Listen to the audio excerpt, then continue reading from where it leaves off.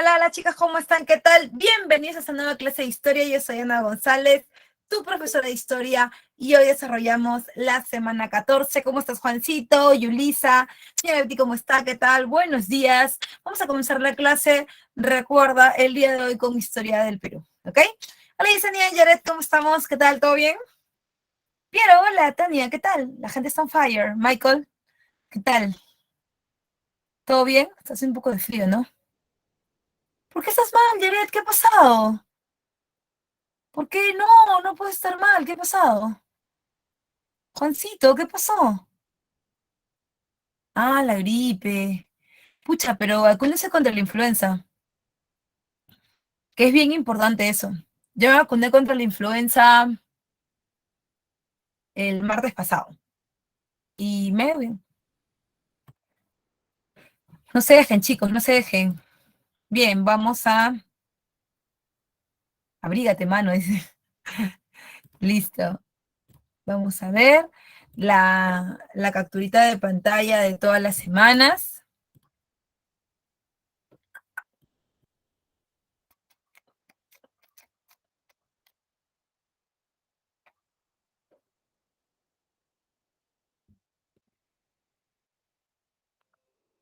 Ya está.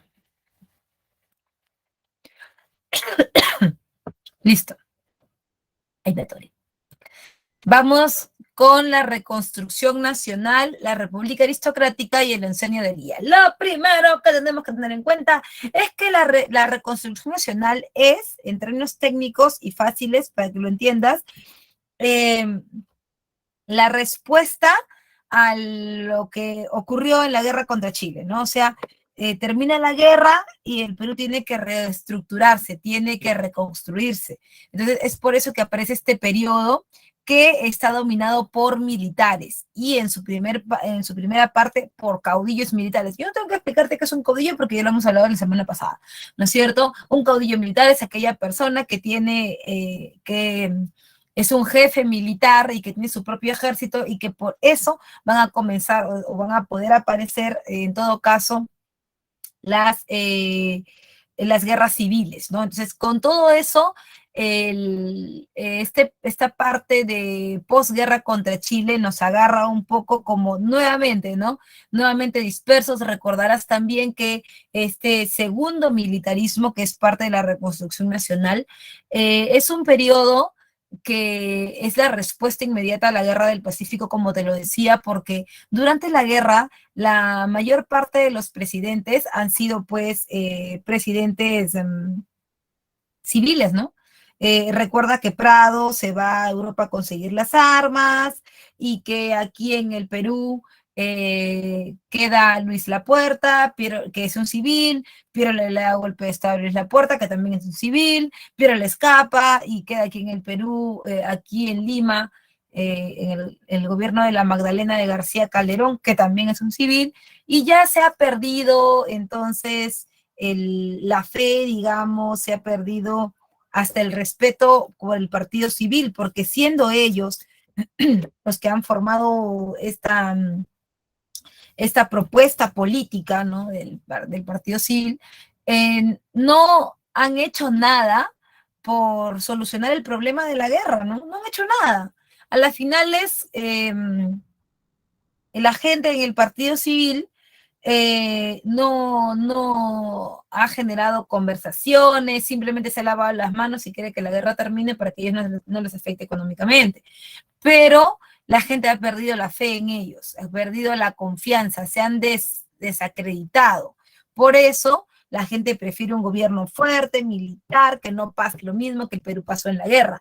Y en características generales, el partido civil entra en crisis, hay un retorno del caudillismo militar para poner orden en lo que va a ser la posterior guerra contra Chile, y el surgimiento de nuevos partidos políticos, porque el partido civil ya fue, por lo menos para ese momento, el Partido Constitucional de Andrés Avelino Cáceres y el Partido Demócrata de Piero Lazo son los que sobresalen en este periodo, además de una crisis económica agravada por la guerra. Y profesora, ¿por qué la crisis económica se ha agravado? Si ya la guerra nos dejó misios, ya no veo por qué más hayan más problemas, ¿no?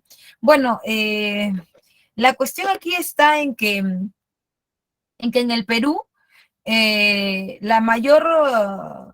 mayor movimiento económico está en las ventas, ¿no? En las exportaciones.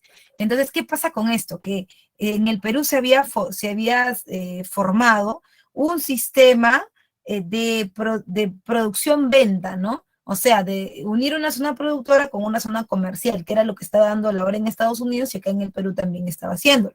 Porque Balta, con la plata del contrato Dreyfus, hizo hacer ferrocarriles, pero durante la guerra estos ferrocarriles que servían para llevar el salitre, que servían para llevar carbón, lo que sea, estos ferrocarriles fueron destruidos, toda la red de ferrocarriles o la mayor parte de la red de ferrocarriles fue destruida por el ejército chileno, para varias cosas, porque ya para esa época de la guerra también se utilizaban los ferrocarriles para transportar soldados, alimentos, pertrechos, y los chilenos para romper nuestras vías de comunicación decidieron reventar nuestros ferrocarriles. ¿Con cuánto sacrificio habíamos hecho lo del ferrocarril joven? Y ahora lo habían destrozado. Entonces, digamos que un Perú desarticulado entraba en una crisis muy fuerte, muy parecida a la de la guerra de independencia.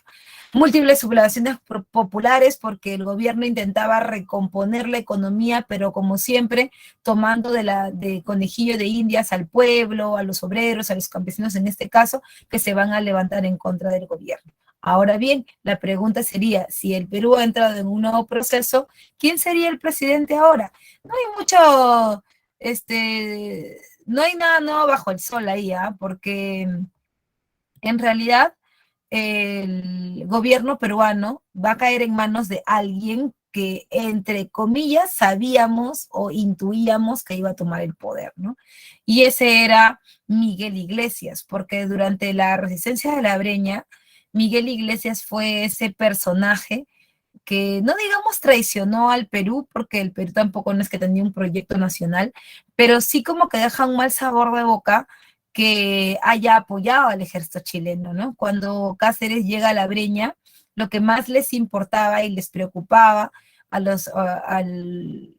a los civilistas era que la guerra manchara, la guerra dañara sus terrenos, ¿no? Sus territorios, pero no solamente porque la guerra pase por los territorios, sino porque los chilenos podían invadirlos, ¿no? Podían hacer uso de ellos. Incluso con la misión Lynch se vio que los chilenos tenían intención de hacer eso. Recuerda que la misión Lynch llega al norte del Perú a quemar todo cuanto puede, ¿no? Para evitar que el Perú se mantenga en la guerra pensando que desde el norte se daba dinero para la guerra, pero no, el Perú estaba desarticulado, ¿no? Bueno, la cosa es que para evitar todo esto, los civilistas decidieron, con Miguel Iglesias, ¿no? Darle apoyo a los chilenos y se les entregó un ejército de indígenas aclimatados. Si bien es cierto, Cáceres no había ganado la guerra, porque la resistencia de la Breña iba a ser un poco más complicada, se buscó este espacio estratégico, ¿no? Para poder mantenerse, digamos, en pie de lucha, ¿no? ¿Y por qué este lugar? Porque eran más de 3.500 metros sobre el nivel del mar, la mayor cantidad del ejército chileno era costero de Valparaíso, entonces la probabilidad de que ganaran los chilenos en esas condiciones era mínima. Y bueno, así es como ganamos batallas significativas pero pequeñas como Pucará, Marcavalle o Concepción, ¿no? Visto esto, Miguel Iglesias, un gamonal de la zona, prefirió no correr riesgos, ¿no? Y es por eso que vamos a ver a, eh, a Miguel Iglesias, ¿no? Tomando decisiones como el hecho de entregarle un ejército de indios aclimatados, o sea, que soportaban altura a los chilenos, para que literal nos reventaran en la guerra. Y así fue, ¿no? Al Perú le ganó un ejército peruano-chileno que peleó en contra del ejército de Cáceres, ¿no? Que termina perdiendo la guerra en la batalla de Huamachuco. Cuando Miguel Iglesias toma el poder, voy a ponerlo acá, ahí. Cuando Miguel Iglesias toma el poder, Se reaperturan instituciones culturales y educativas como la Biblioteca Nacional, la Universidad de San Marcos o el Colegio Guadalupe. La Biblioteca Nacional fue tomada como caballeriza durante la guerra y sí, los chilenos guardaban sus caballos ahí, se saquearon todo, destruyeron todo lo que pudieron y de pasadita su caballo también lo guardaban ahí, ¿no? La Universidad San Marcos y el Colegio Guadalupe ciertamente habían sido una piedra en el zapato, una pulga en la oreja para los chilenos. ¿Y por qué? Porque de allí salían los principales focos de resistencia en Lima, ¿no? Tú recuerdas que la mayor parte del ejército, si no es que prácticamente todo el ejército, muere en el sur, ¿no? Muere en el sur en la batalla de Arica con Bolognesi y Alfonso Ugarte. Pero, ¿qué hacer cuando el ejército chileno llegase a Lima, ¿no? ¿Qué hacer en ese caso? Si ya no había ejército, además recuerda que nunca hubo un ejército profesional. Lo que había era, pues, un ejército entusiasta, si quieres, pero no conformado desde el Estado.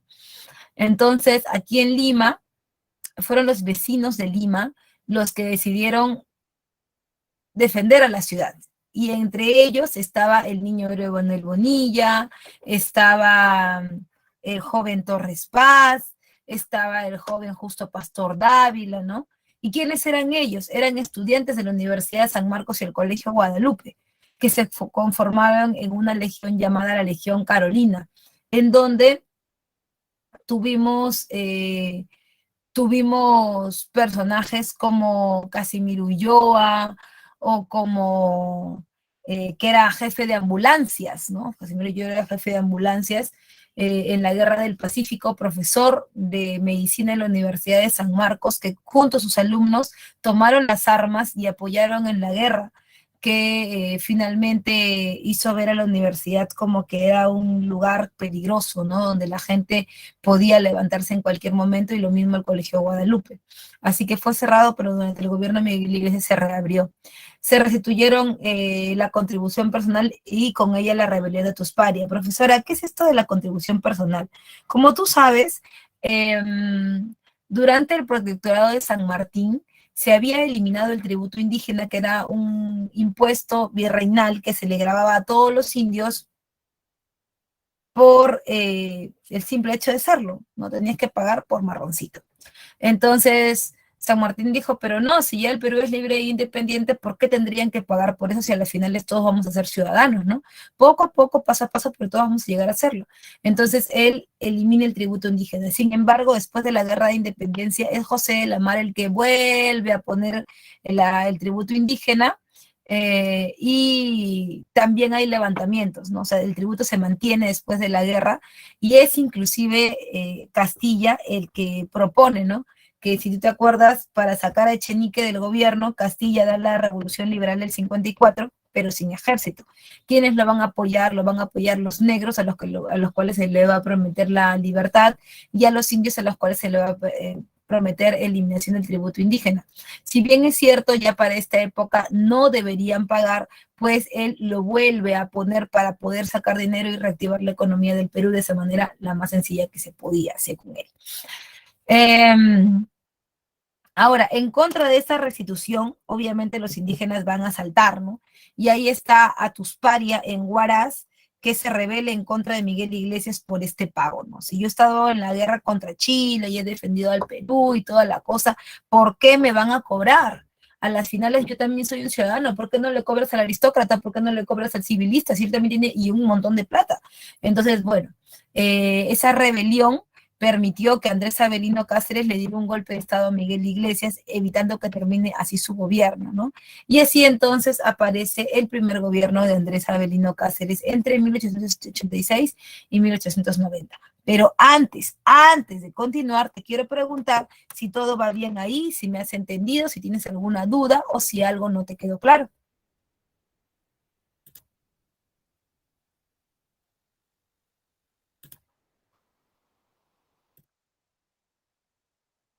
Todo claro, profesora, todo clarito. Ok, ay, joven, me asusté porque vi que ahí decía, no tienes internet. Dije, ¿qué? Dije, me asusté.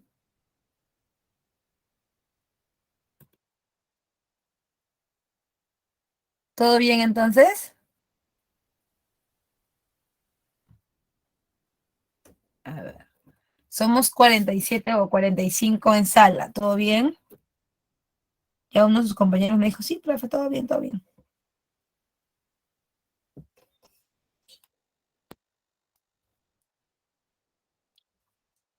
Listo.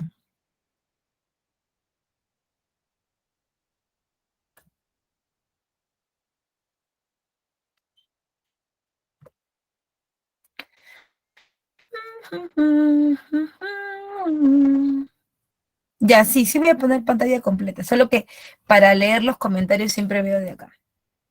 Sí, sí, sí, pantalla completa. Voy a explicar siempre en pantalla completa. Ahí está. Muy bien. Ahora, en cuanto a el gobierno de Andrés Avelino Cáceres, su primer gobierno, aunque tú no lo creas, es una alianza entre el Partido Constitucional y el Partido Civil, o sea, el Partido de Cáceres y el Partido Civil, y te digo que no lo creas, porque, como tú sabes, el Partido Civil lo ha odiado durante la guerra, ¿no? Lo ha odiado por el tema eh, de que, vamos, por él estar en la guerra prácticamente se han expuesto a que los destruyan los chilenos, ¿no? Entonces, bueno, en este caso, Andrés Avelino Cáceres va a generar esta alianza porque a la oligarquía no le conviene estar en contra de él, ya que ahora él va a tomar los designios por varios años del gobierno, y lo que les conviene es que Cáceres le dé a la oligarquía, que le dé al partido civil cierta flexibilidad, ¿no? En cuanto a la desaparición del billete fiscal y la creación del sol de plata, ¿qué es esto y para qué sirve, no? El billete fiscal es el billete con valor nominal, o sea, que el billete como el que nosotros tenemos, pues, ¿no? O sea, como que, a ver, acá hay uno, pero esto es, bueno, no es un billete peruano, pero igual puede servir, ¿no? Entonces, a ver, vamos a ver si lo estoy viendo. Están bien, ¿no?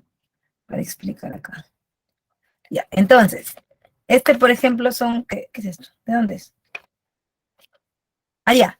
Estos son 20 pesos uruguayos, ¿no? 20 pesos uruguayos. Cuando mi hermano o yo habremos traído seguro. ¿Sigue pequeñito? No cambió la pantalla? O sea, cuando lo puse ¿no cambió? Oh, qué raro. Ya, entonces lo que voy a hacer es cerrar acá y ponerlo como presentar pantalla, ¿ya? No, así, ahí creo que sí. Ahí.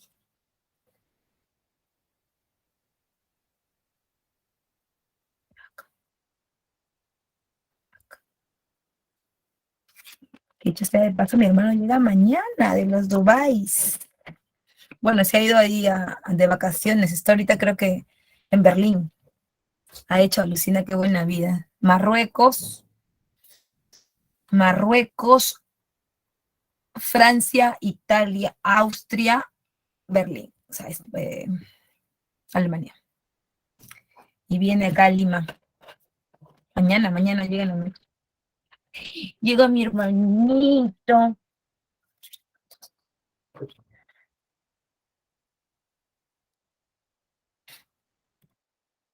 Ah, dice que sí se podría ir a Asia rápido de ahí de Emiratos, acerca de China, pero no sé, yo venía para el lado europeo.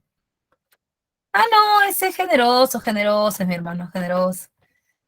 De todos los lugares atrayendo cosas. Platita, pues, hermano. ¿Sí o no? Mi hermano, yo soy su única hermana, entonces, y su hermana chiquita. Entonces, mi hermana siempre me envía y me compra cosas, ¿no? O sea, es bacán. Es bacán ser la hermana chiquita. Y como él no tiene más hermanos que yo, entonces, yo soy la ganada, yo soy la ganada. Mira, vamos a ver, aquí, este billete. Este billete, por ejemplo, tiene valor nominal. ¿Por qué? Porque este papelito no cuesta 20 pesos uruguayos, no cuesta eso. Esto pues costará ni el 0.001% de lo que dice acá que vale. Este valor de 20 es el valor nominal y lo encuentras en todos los países. Por ejemplo, ¿esto de qué será? Este es de Colombia, mira, 2.000 pesos colombianos. Este papelito no vale 2.000 pesos, eso valdrá ni la décima parte. En todos los países vas a encontrar lo mismo, ¿no? Que si estos mexicanos. Mira, pesos mexicanos. Ya. Entonces, todos, igualito como tu billete actual peruano, igualito. Ese billete de 100 soles, hacerlo no cuesta 100 soles, cuesta muchísimo menos. El valor que dice el billete es el valor nominal, pero ¿cómo llega a tener este papel? ¿Cómo llega a tener ese valor? ¿Quién se lo da? No solamente es ponerle el número, ponerle el precio, sino que también es muy importante que tenga respaldo en la industria. Pero el problema es que el Perú, después de la guerra contra Chile, tiene una industria paupérrima. Te acabo de decir que sus vías de conexión, su red vial estaba totalmente destruida. Entonces, si eso está pasando, ¿qué futuro le esperaría al billete en el Perú? Durante la Guerra del Pacífico se emitían los billetes, sin embargo, estos no tenían respaldo y comenzaron a devaluarse.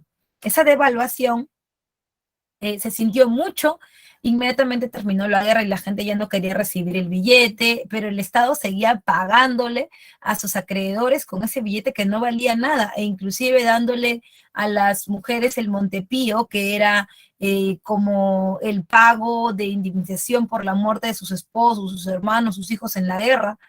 Y bueno, el Estado lo hacía, pero llegó un momento en donde ese billete fiscal, ese billete que emitía el Estado ya no servía, la gente ya no lo quería, estaba demasiado devaluado. Por eso se permitió entrar al patrón de plata, ¿no? Se crea el sol de plata. ¿Qué significa esto? Que esta moneda de metal precioso que es atesorable va a reemplazar al billete porque la gente sí creía en el valor del metal y no en el valor del billete, o sea, del papel que le están dando. Es por eso que va a haber este cambio de patrón. Luego está el contrato Grace del año 89. Este contrato, a la misma usanza de lo que hemos visto hace ratito, intenta reorganizar la economía del Perú a través de la cancelación de la deuda externa. Porque tú ya sabes que antes habíamos intentado hacerlo con el contrato Dreyfus, no lo habíamos logrado, y ahora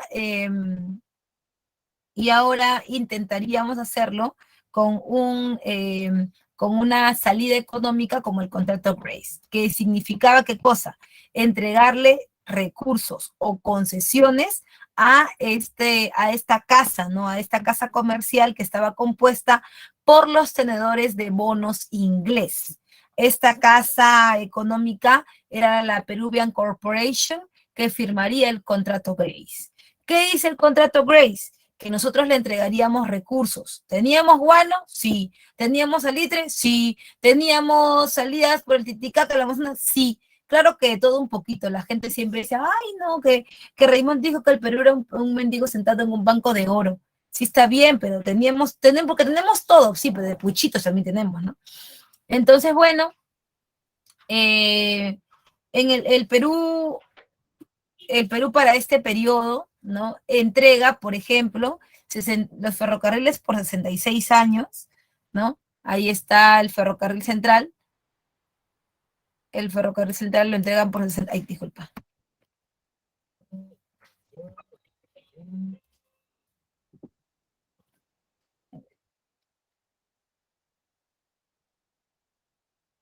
Ahorita lo vamos a bajar, porque no se logra ver. Ahí está.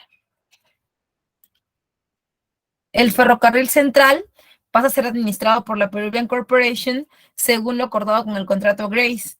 Este ferrocarril lo vamos a dar por 66 años. Además, vamos a entregarles para que nos puedan pagar la deuda externa, que sí lo lograron, le vamos a dar 3 millones de toneladas de guano, 3 millones de hectáreas de tierras en la selva, la libre navegación por el Titicaca, vamos a pagarte entre 33 letras de anualidades de 80.000 libras esterlinas cada uno, y como consecuencia se acentúa la dependencia del capital inglés y llegan nuevas inversiones al Perú.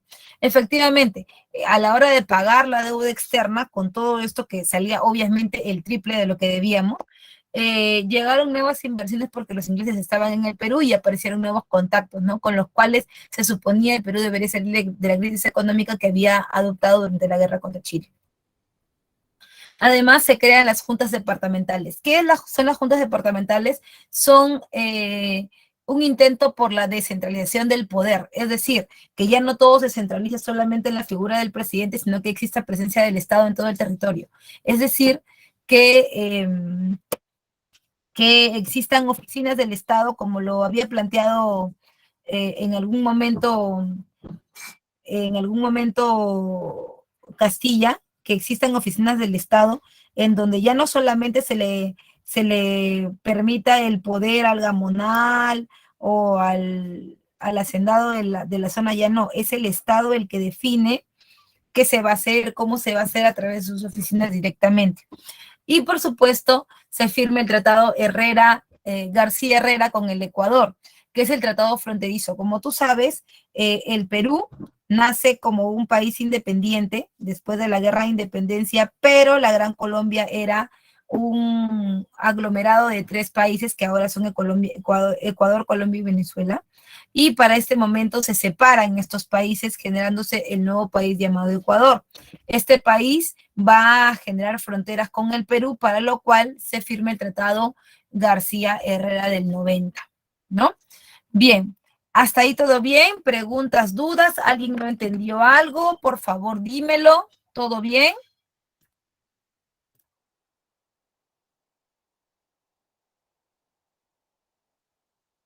¿El BCR? ¿Cuál BCR?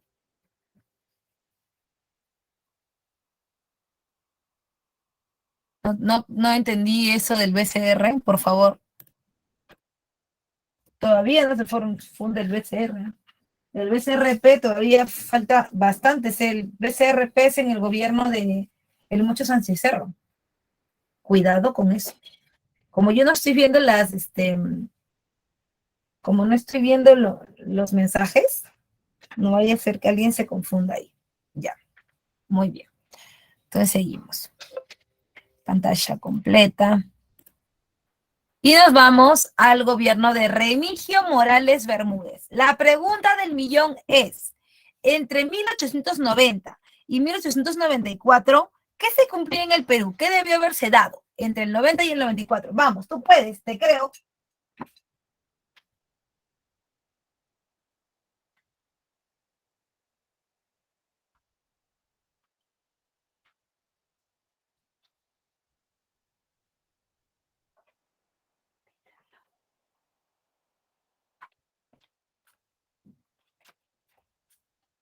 El retorno de Tacna y Arica. El plebiscito, ¿no? Se tendría que preguntar a la población, según el Tratado de Ancón, ya se habían cumplido 10 años. O sea, ¿qué iba a pasar con Tacna y Arica? ¿Iban a regresar con el Perú? ¿Se iban a quedar con Chile? ¿Qué iba a ocurrir? En realidad, debería haber sido así, pero los chilenos acusaron a los peruanos de que nosotros habíamos hecho peruanización. O sea, que habíamos llevado a cabo un proyecto desde el Estado peruano que lo que buscaba era hacer que la gente en esas zonas se decidiera por ser peruano. Pero en realidad el proyecto no era nacional, era así era una iniciativa particular de mujeres tacneñas. Eso sí, no era una iniciativa de mujeres tacneñas que, que buscaban impartir clases o sí, clases clandestinas de historia del Perú a aquellos niños que luego, después de 10 años, serían los que tendrían que decidir, ¿no? y los chilenos ya habían mapeado esto, pero, y dijeron, no, por eso no, mira cómo has faltado el tratado, que en eso no hemos quedado, pero ellos faltaron más todavía, porque ellos sí hicieron chilenización. La chilenización es el proceso eh, con proyección nacional desde el Estado de, eh, de convertir o de convencer a los tagneños y ariqueños de que se quedaran en Chile, porque ellos desde el Estado les ponían mejores colegios, mejores centros de salud, todo lo mejor, ¿no? Todo lo mejor con el único objetivo de que la gente los eligiera a ellos. Esa era la cosa. Pero a las finales los chilenos dijeron que no, que nosotros nos estábamos aprovechando, que así no había sido y que por eso el plebiscito no se iba a dar porque no habían condiciones según el Tratado Blanco. Entonces nosotros obviamente reclamamos, pues, ¿no? Pero ¿por qué nos están haciendo esto? No, dijeron, ustedes escogen, o si siguen así, vamos a proceder, pues los vamos a invadir. Es más, el día de la independencia de ese año, el día de la independencia del Perú, el 28 de julio, nos mandaron un obsequio, una corona de muerto, joven, una corona así de flores de muerto, como diciéndonos que nos cuidemos de lo que hacemos, ¿no? Porque ellos podían de una vez volarnos. Es por eso que en este caso el Perú no siguió avanzando más, ¿no? Ya no se hizo más. Y se dejó eso para un plebiscito posterior. Durante su gobierno también se promulga la ley de habeas corpus y se concluye la construcción del ferrocarril central, que recuerda que estaba en manos de la Peruvian Corporation. En el 94 muere Morales Bermúdez y entra al gobierno por segunda vez Andrés Avelino Cáceres. ¡Ay, Andrés Avelino Cáceres! Tú sabes que él es como una pulga en la oreja, como una piedra en el zapato, para la oligarquía, ¿no? Que ellos no lo quieren, el Partido Civil lo odia, ya la vez pasada y en su primer gobierno lo han aguantado porque, bueno, no querían entrar en problemas, ¿no? Pero,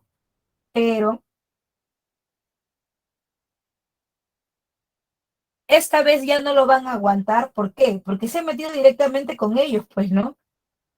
O sea, eh, ha metido el capital de inglés y en vez de que la oligarquía sea la que, la que haga el nexo con los ingleses ha sido el gobierno, y todavía que son pro indios. Así que eso no de para nada les ha gustado. Bueno, es por eso que van a buscar como sea que no entre el gobierno o ya de perdida sacarlo del gobierno. Pero ¿cómo hacerlo? El Partido Civil tiene una consigna: nunca nadie debe pensar de ellos que ellos quieren dar golpes de Estado, que ellos que quieren quedarse con el poder, que todo el mundo sabe que sí, pero nunca nadie, o sea, no deben haber como pruebas. Es como, Alan, compruébenlo pues imbéciles, ¿cierto? Así igualito. Nadie debe tener pruebas para acusar con el dedo al Partido Civil de que ellos están haciendo eso, porque va contra sus propias condiciones, ¿no? Aunque todo el mundo sabe que son unas ratas. Entonces, para eso siempre buscan a alguien que haga el trabajo sucio por ellos. ¿Y quién es ese alguien que va a hacer el trabajo sucio por ellos? Es Obi-Wan Kenobi, que va a ser Pierola, porque ya Pierola lo ha hecho en alguna ocasión. ¿No te acuerdas en la Guerra del Pacífico cuando ellos querían que terminara la guerra? ¿Sí te acuerdas o no? ¿Qué dijeron los del Partido Civil? Ay, no, Pierola, tú dale un golpe de estado a, ¿cómo se llama? A Prado y ya termina la guerra, gana y pierde el Perú, nos da lo mismo. ¿Te acuerdas o no? Ya, pues ahora va a pasar lo mismo. Lo mismo, joven, lo mismo. Va a pasar lo mismo. Entonces Pierola le da un golpe de estado a Cáceres, pero no está solo, está apoyado por el Partido Civil. O sea, es la coalición nacional que incluye al Partido Civil más el Partido Demócrata versus el Partido Constitucional de Cáceres. ¡Ay, joven, no sabes! En esa guerra civil a Piérola no se le ocurrió una mejor idea que dividir los ejércitos. Como tú ya sabes, eso es parte del segundo caudillismo, porque tanto Piérola como Cáceres no tienen un ejército profesional, lo que tienen son indios que lo siguen, ¿no? En el caso de Piérola, porque bueno, los indios trabajan en las haciendas de los civilistas y del mismo Piérola.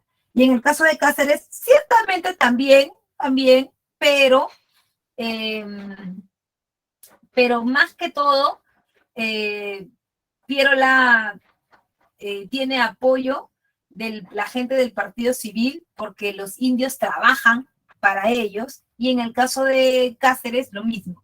Los indios trabajan para ellos y para él, y bueno, también hay algunos que lo apoyan, ¿no? Entonces, el problema no fue ese, que no lo quisieran apoyar. El problema fue que, que la relación, el enfrentamiento entre indios, ¿no? Fue lo que rompió, ¿no? Los indios no querían pelearse entre ellos. Está bien, tú me estás obligando prácticamente a que yo te defienda a ti, pero yo no tengo por qué matar a mi propio hermano. Y es por eso que desisten los indígenas, y el que termina mal ahí es Cáceres, ¿no? Cáceres termina mal y pierde la guerra civil. Al perder la guerra civil, el que toma el poder es Nicolás de Piérola. Pero tú ya sabes que Piérola toma el poder en representación de los que no se quieren manchar las manos, que son los civilistas. Por eso es que el gobierno de Piérola está enfocado al objetivo principal, que es planchar todo el terreno. ¿Para qué? Para que después los de la República Aristocrática lleguen happy, los civilistas lleguen happy a gobernar, y aquí no pasó nada, yo no me he metido en nada, no tengo las manos manchadas, no tengo nada de malo con la sociedad. Entonces, es un gobierno corto, interrumpido por la coalición nacional, liderada por Nicolás de Piérola, quien derrota a Cáceres en una guerra civil. Llega el segundo gobierno de Nicolás de Piérola entre el 95 y el 99, donde se crea la Sociedad Anónima de Recaudación de Impuestos en el 95. Siempre, después de una guerra es muy importante que exista una forma organizada desde el Estado de tener los impuestos, digamos, en regla, ¿no? Porque estos son los que van a mantener permanentemente y de manera sostenible la economía de un país, si es que tú quieres que este sea moderno. Entonces, nada que no, yo después de la guerra pago la contribución, yo no pago, no. Todo tiene que ser,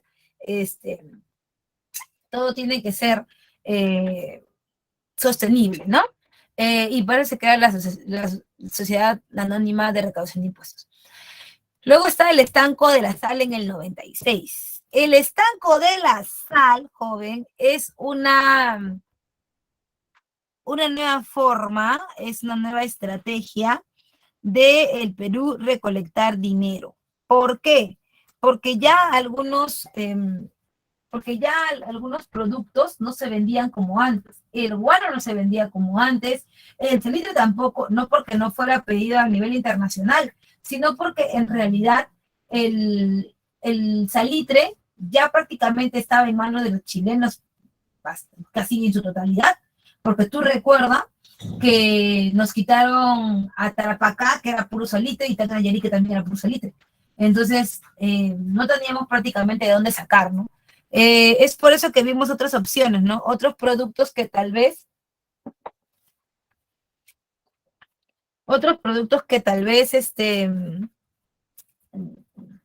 fungieran como parte del mantenimiento de la economía del Perú, ¿no?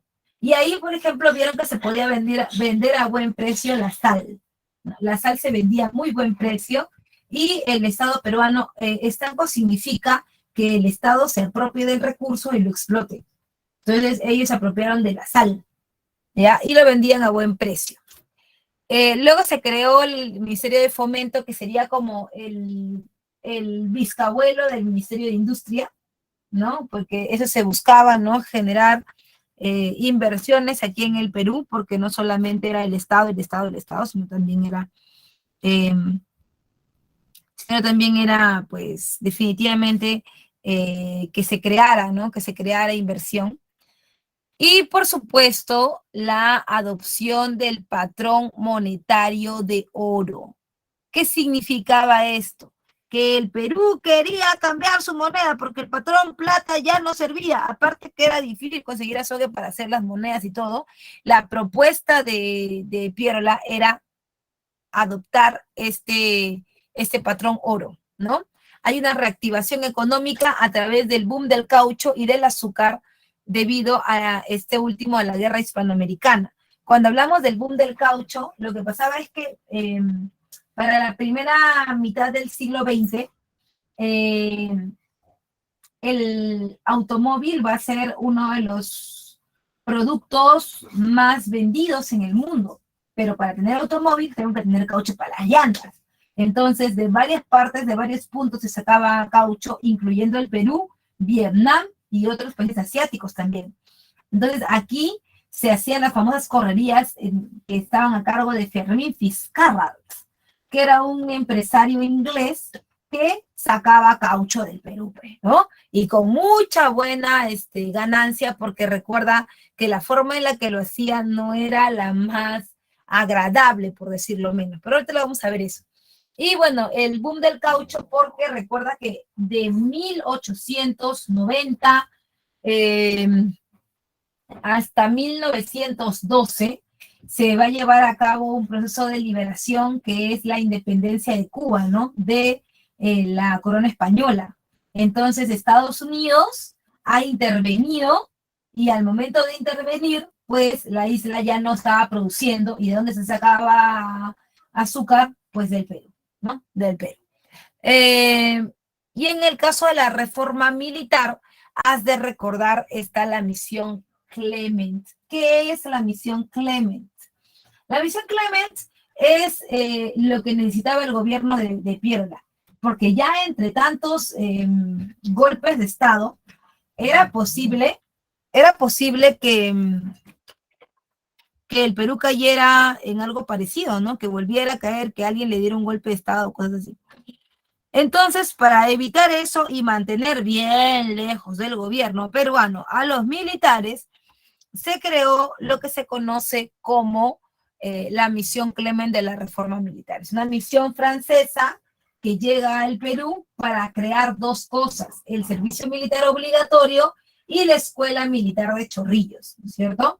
¿Para qué se creó la escuela militar de Chorrillos? Para tener militares de carrera. Y los militares de carrera tendrían ahora que atravesar diferentes estadios, ¿no? Que tendrían que subir, digamos, en su carrera militar y dejarían de lado esta idea de gobernar el Perú, gobernar el Perú, dar un golpe de Estado, ¿cierto? Entonces, primero, prepararse para tener una carrera militar. Segundo, meterse en la carrera militar porque también hay poder político en los militares, solamente que no son presidentes, ¿no? Y después crear también la Escuela Militar de Chorrillos y el servicio militar obligatorio con la idea de tener ejército, propiamente dicho. En el caso de la Escuela Militar de Chorrillos, tener a la élite, que serían los altos mandos del ejército, y tener a la tropa, que sería que saldría del servicio militar obligatorio, ¿no? Para los hombres. Y por otro lado también debes recordar está la reforma electoral. Profe, ¿qué es la reforma electoral y para qué sirve? Bueno, durante los gobiernos anteriores se llamaban elecciones, sin embargo, las elecciones eran de tipo indirectas, o sea, tú votabas por un grupo de personas y ese grupo de personas votaba a su vez por un presidente. Era obvio que todo eso se dificultaba, ¿no? Se dificultaba porque prácticamente el grupo que tú elegías era el que tenía en sus manos el destino del país y si se quería o si se corrompía, pues todo se iba por el tacho, ¿no? Entonces, por eso es que Pierola decide que el voto sea universal, ¿no? Que sea, disculpa, el voto sea directo. Entonces, profesora, ¿qué significa que el voto sea directo? Que tú ya no vas a votar por un grupo que vote por presidente, tú vas a votar por presidente. Profesora, qué bueno, Pierola entonces democratizó la política peruana. No, porque viene lo siguiente, que es el debate de si los analfabetos deben votar. ¿Qué dijeron ellos? Que no, los analfabetos no deben votar, solo deben votar los alfabetos, lo que reducía el universo de votantes a simplemente los que sabían leer y escribir. Y yo te pregunto a ti, ¿quién crees que es ese grupo que sabe leer y escribir, que son los únicos que pueden votar? Es decir, son los únicos que pueden elegir y además son los únicos que pueden ser elegidos. Vamos, dímelo en el chat.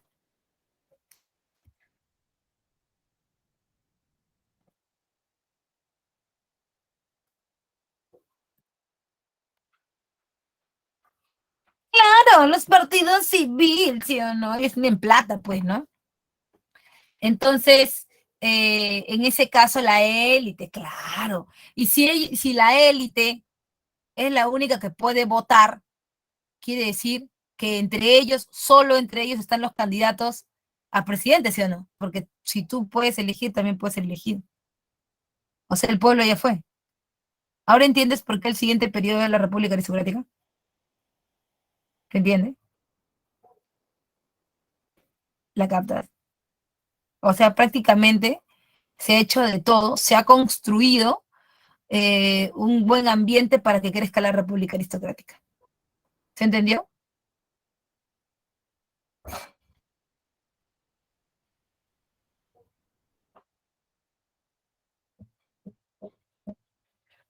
Ok.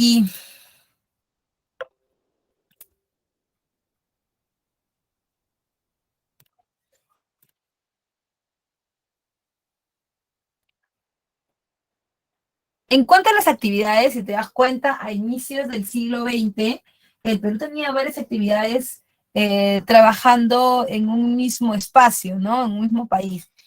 Por el norte está la oligarquía del norte con sus pozos petroleros de la Brea y Pariñas en Piura, que fueron explotados por la London Pacific y la International Petroleum Company años después.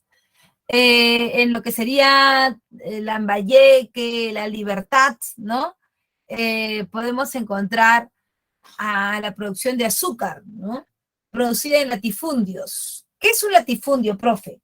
Es una hacienda discontinua. Por ejemplo, yo tengo mi hacienda de algodón o de azúcar acá en Lima, pero también tengo otra de algodón o de azúcar. Imagínate que sea de azúcar en Lima, de azúcar también tengo en Chiclayo, de azúcar también tengo en Tumbes. Profe, pero no están conectadas, ¿no? O sea, están así como salpicadas. Claro, ese es ser un latifundista. Y puedo tener de diferentes productos, ¿eh? Pero no están juntas, ¿ya? Latifundios de la costa norte, como Casa Grande, todo lo que todas las marcas de azúcar y de ron que tú consumes ahora son de ellos, pues, de la República Aristocrática. O no consumes, ¿cómo se llama? Azúcar Cartavio, Casa Grande. No, lo del ron sí yo no tengo la culpa. Lo del azúcar sí yo sé que Cartavio, Casa Grande, Cayaltí, ¿no? Que en el caso de las dos primeras son las haciendas que más producen y las que supuestamente mejor calidad tienen son las más caras también. No sé si te has dado cuenta. El azúcar Casa Grande o el azúcar Cartavio, o sea, de esas marcas que son de las haciendas de la República Aristocrática, ahora manejada por sus familias también, es lo más caro que hay. O sea, no es nada como azúcar dulfina, azúcar Bells, saben, no es. Lo otro es lo de que, inclusive ni siquiera ese es su producto de exportación. Ellos tienen otro producto de exportación que solamente es para sacar al extranjero. Pero para que vayas viendo, esos que te cobran un kilo de azúcar 5 soles, 6 soles, esos menos, los mismos. ¿Ya?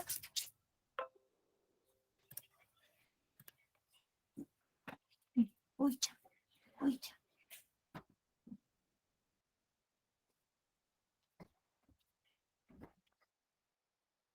Ya. El algodón también está producido en las haciendas de la costa sur con mano de obra de peones no asalariados, el llamado yanaconaje. El yanaconaje es una práctica de producción en las haciendas muy común en esta época. Es recién en el gobierno de José Luis Bustamante y Rivero que se va a dar la ley del yanaconaje, que es la ley que prohíbe el trabajo gratuito, ¿no? De los peones. Ya ahí le van a quitar todas las gollerías, pucha, pero recién en 1948. El caucho explotaba en los departamentos de la selva, como Loreto y Madre de Dios. Destacan empresarios como César Arana y Fermín Fiscarraldo, que traen como mano de obra a los nativos de la zona a través de correría. O sea, tú vas, capturas nativos y los obligas a trabajar con una cadena en el cuello, como lo que tú ves acá. Ahí está, mira. Nativos amazónicos esclavizados durante el auge del caucho en 1912. Foto del libro de Putumayo, The Devil's Paradise, de Walter Vandenberg. Ahí está, ¿ves? Entre otros principales minerales tienes al cobre de la Sierra Central, extraídos por la Cerro de Pasco Mining Company, ¿no? Importante también porque cada vez que hay una guerra mundial, el cobre es lo que más plata te da. Es más, cuando hay guerras internacionales, el cobre es lo que más plata te da. Actualmente, el Perú ha subido sus exportaciones de cobre y el precio del cobre a nivel mundial también ha subido. El tema es la administración que le toca a la guerra. No que estamos pobres porque Ucrania, Rusia, al contrario, el Perú vende más ahí en esos periodos. Claro que los fertilizantes esos se vuelven caros, pero tú también vendes tu producto caro, pues. Si lo vendes caro, se supone que tú tienes plata para comprar lo otro. Pues. Es la diferencia que había entre el Perú y otros países de América del Sur, ¿no? El cobre.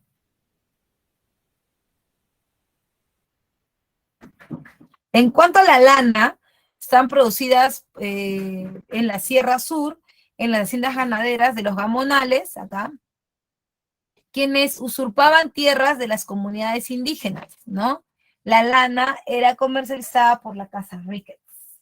¿Qué había pasado? La mayor cantidad de camellos sudamericanos están en esa zona sur del Perú, ¿no? La Sierra Sur. Bueno, entonces, como se puso de moda la lana en el mundo y se vendía a muy buen precio, los aristócratas, los república aristocrática, los pitucones de la época decidieron meterse a esas tierras. Pero, profe, no son de ellos, son de las comunidades. Ya lo sabemos. Pero a ellos les interesaba nada porque tenían respaldo del gobierno. ¿No ves que también eran como amiguis? Entonces, finalmente, ellos se metían, sacaban lo que querían, se apoderaban de las tierras y vendían esa lana a altos precios en el mercado internacional, generándose nuevos focos de control económico, ¿no?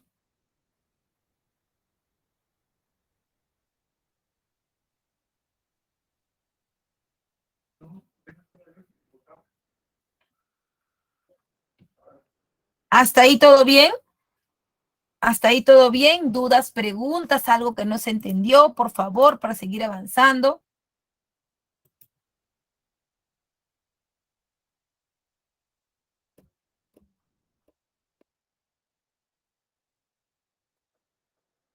Todo bien, dice. Perfecto. Seguimos entonces, seguimos.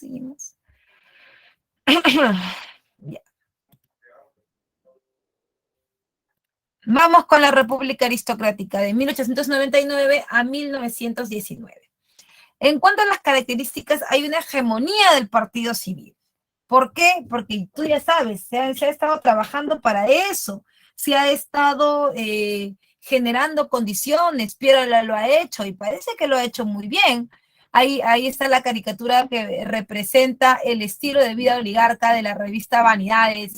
Mira, ahí están todos con su frac de pingüinito y sus sombreros de copa, ¿no es cierto?, en la República Aristocrática. Hay una dependencia económica del capital inglés hasta 1914. Entenderás que en 1914 comienza la Primera Guerra Mundial, en donde las condiciones mundiales, económicas, internacionales van a cambiar, ¿no? Ya no será ya no será Inglaterra el papi del mundo económicamente hablando, como lo había sido en la primera y segunda revolución industrial, sino que ahora lo sería Estados Unidos, y es por eso que hasta ese año nada más va la dependencia.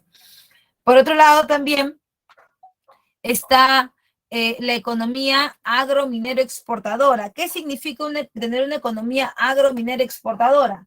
Agro exportadora para la costa, sobre todo norte, que saca arroz, algodón, azúcar. Minero para la Sierra Central, ¿no es cierto? Minero para la Sierra Central que saca cobre. Y por supuesto a través del sistema de enganche. ¿Cómo es el sistema de enganche? El indígena entra, trabaja, ¿no? No se le paga solamente la comida y la bebida, y esto provoca que las necesidades que deben ser cubiertas por ellos tengan siempre que estar a condición de préstamos, a condición de cosas fiadas, ¿no? Entonces, dentro de las haciendas existen los famosos tambos, o los chinos tamberos, que venden ciertas cosas que los indígenas necesitan.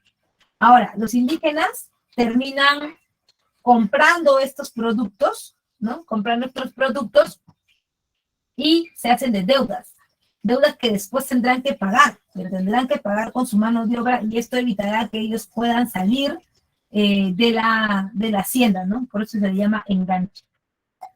Finalmente, un predominio de la oligarquía y el gamonalismo sobre las grandes mayorías y la exclusión política de la clase media, el proletariado y el campesinado. Para la República Aristocrática, esta gente no era nadie. O sea, los únicos que debían gobernar y deberían tener la voz cantada deberían ser, sin lugar a dudas, deberían ser los de la República Aristocrática. Las clases medias son POF, abogados, ingenieros, médicos, que tienen por ahí su platita, pero que jamás llegarán a ser como ellos, ¿ya? Y por supuesto, el desarrollo del movimiento obrero con la lucha por las 8 horas de trabajo.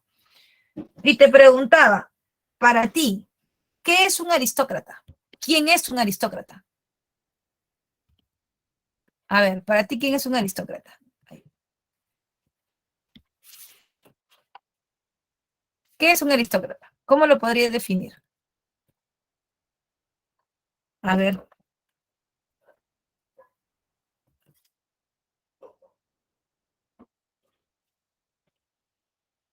¿Cómo lo puedes definir? ¿Cómo definir un aristócrata?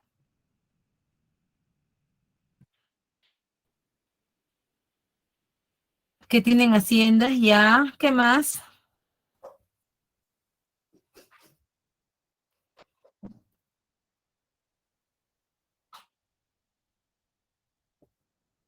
Tierras, ya. Muy bien, Juan. ¿Qué más? ¿Quién es un aristócrata? ¿Qué diferencia hay con un oligarca? ¿Son lo mismo?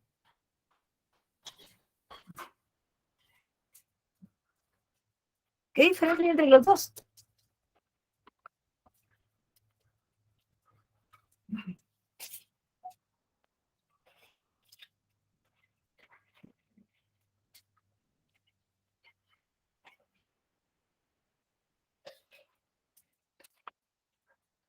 Nadie sabe qué es nadie tiene una idea de qué es la oligarquía.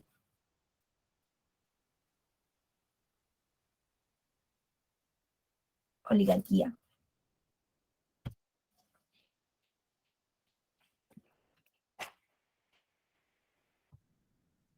Ah, ya. Mira, no es un aristócrata solo el que tiene plata. La aristocracia tiene una diferencia con la oligarquía. Claro, para nosotros la plata es lo más importante, porque no somos millonarios, pues, ¿no? Pero para ellos no. Claro, la oligarquía es un pequeño grupo que domina el sistema económico, que domina el sistema económico, ¿no? Es el pequeño grupo que domina. Ya. Ellos, la oligarquía, tienen su platita. Pero la aristocracia no es lo mismo. Porque tú estás pensando que, la plata es todo. Claro, el que no tiene piensa que la plata lo es todo. Pero ellos no piensan eso. La aristocracia depende de la cuna, de la buena cuna en donde tú hayas nacido. Es obvio que eso viene con relaciones y con plata. No es lo mismo ser el hijo del rey del choclo, el hijo del rey del camote de Jonathan, el hijo de los Acuña, que ser pues un Brescia o un Birkenmeyer. Porque ellos han hecho su plata a base de esfuerzo, sí, soy un cholo con mi esfuerzo. Ya, pero nosotros no, pues, nosotros han venido así ya de fábrica y se van a relacionar entre ellos.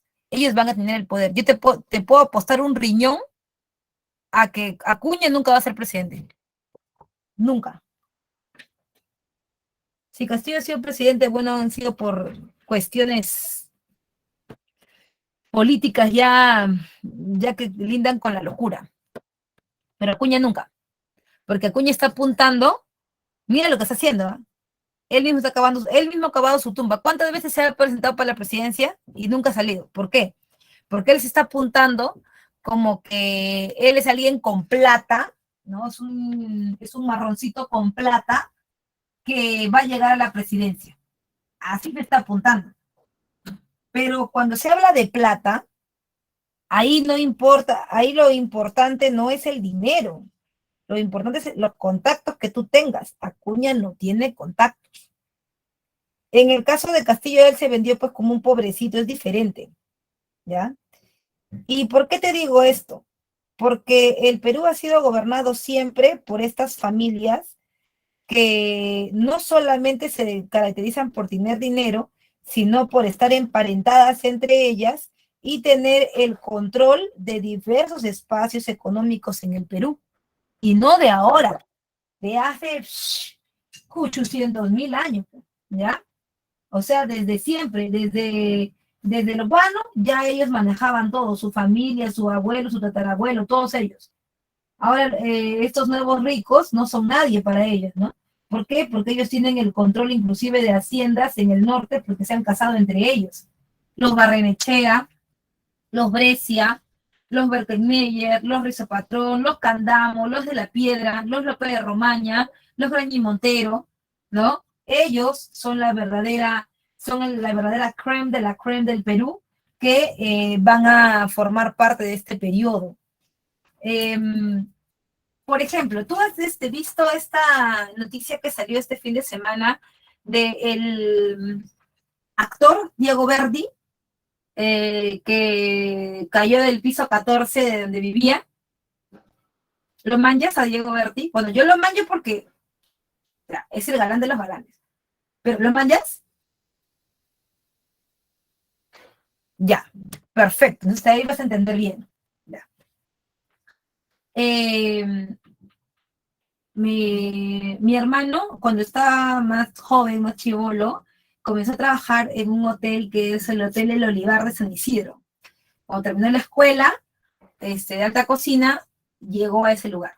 Entonces, un día yo vi una foto de mi hermano con un pata que yo dije, no, yo me muero. O sea, no, yo tengo que ir. ¿Dónde es? Aunque se me meto por el tacho de la basura, pero lo tengo que ver.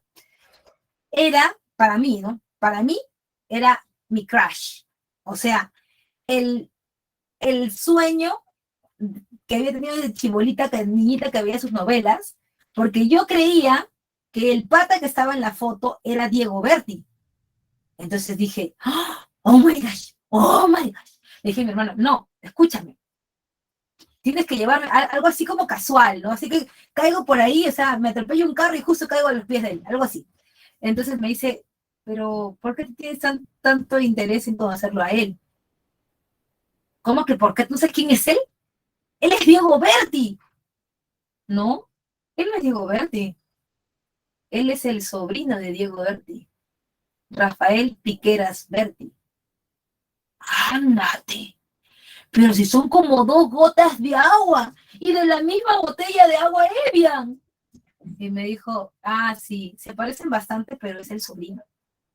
Cuando Diego Berti murió, salió pues, ¿no? su nombre completo, todo. Él es hijo de Ana María Miligliolo Belmont, prima de Ricardo Belmont Casinelli, exalcalde de Lima, prima en segundo grado de Susana Villarán Berti.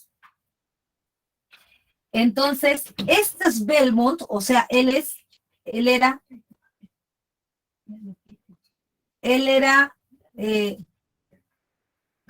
Diego Berti Migliolo, algo así, ¿ya? Y es entonces, como te decía, sobrino de Ricardo Belmont.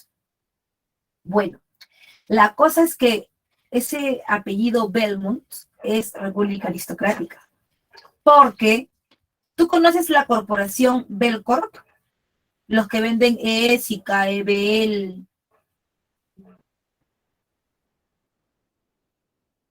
los que venden Saison, ¿lo manjas?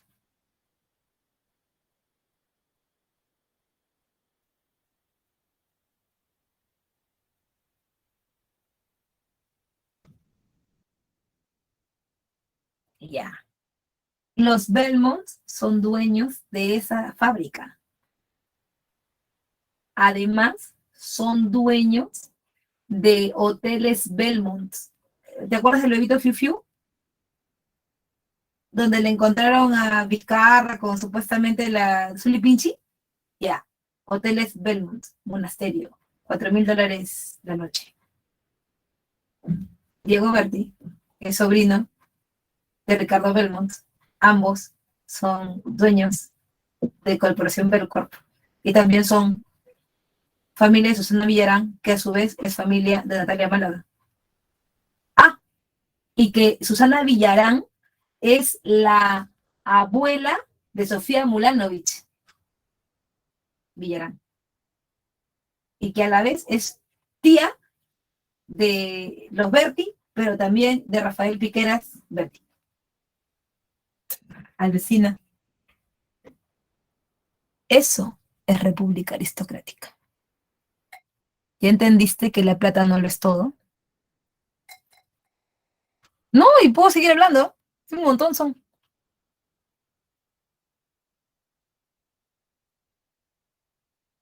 Nunca, jamás ellos se van a juntar pues con los Acuña. O sea, ¿te das cuenta? Con los Romero. Esa gente no es nadie, pues, man, ya, eso es nadie. Nunca se van a juntar con ellos. Los Brescia, los Berkenmeyer, son gente de otro level, pues, man, ya.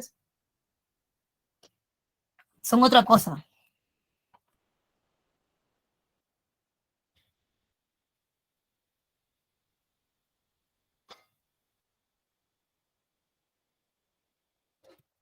Es que no es tanto la vara, es que ellos conforman la estructura social. Es así. Bueno, yo soy estudiante, fino, dice. Sí, y mucha gente dice, ay, no, que queremos que cambiar el país, que no sé cuánto. Sí, no sé, no, nunca jamás en su vida, no solamente es hablar de los blancos, ay, los blancos, que los blancos no nos quieren, que nosotros somos cholos, que nosotros somos de la sierra. No es eso, va más allá. Son corporaciones inmensas. Ay, que los Romeros no son nadie. Son unos que vendían sombrero y después tienen sus bancos, pero socialmente no son nadie.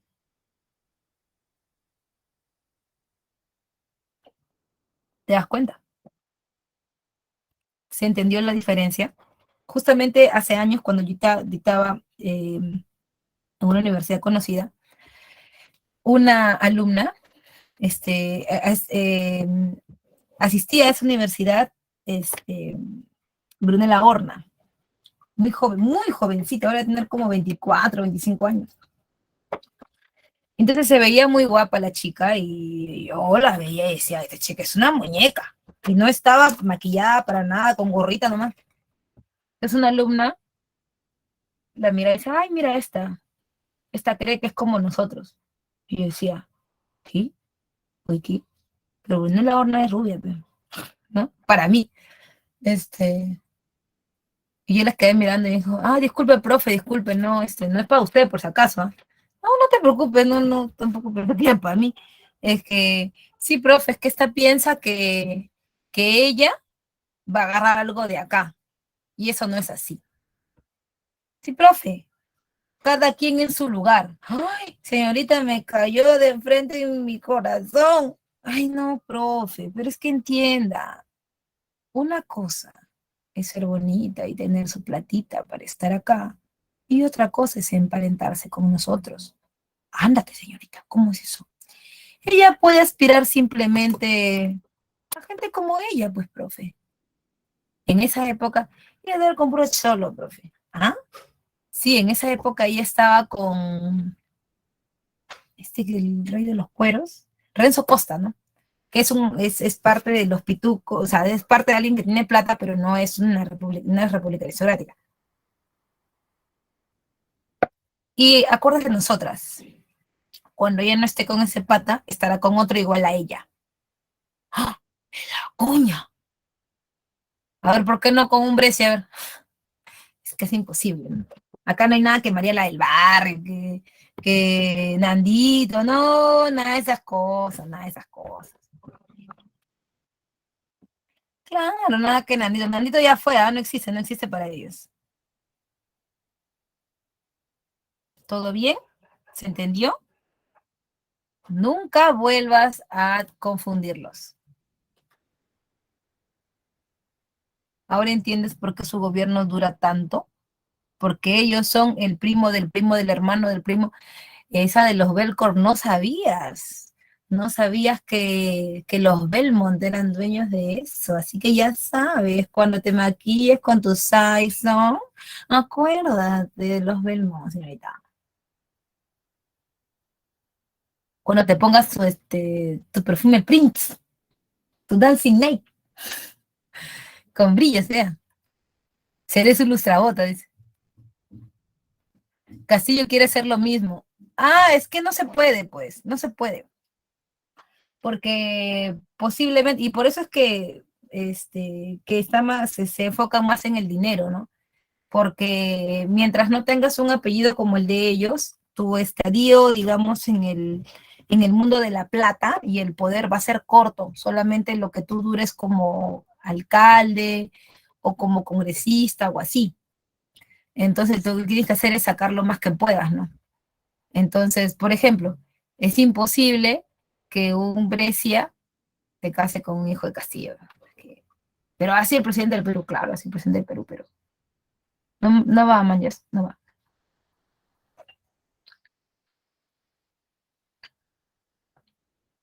Por eso, pues, por eso es república aristocrática, justamente por eso. ¿Y por qué crees que todas estas condiciones de que hay que plancharles el terreno? Porque es algo así como el antiguo régimen. Y es por eso también que cuando, y ahorita lo vamos a ver, cuando Leguía entra al gobierno, llama a su gobierno la patria nueva. ¿Por qué lo llama la patria nueva? Porque es romper con esa estructura del partido civil que había tenido todo el tiempo el Perú. Ujú.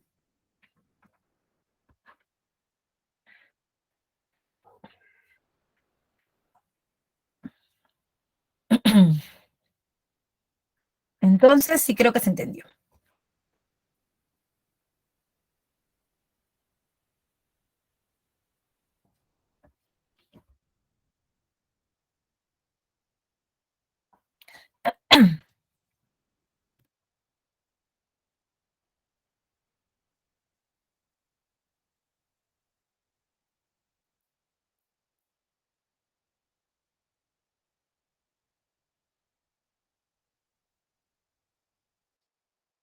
¿Sí se me escucha?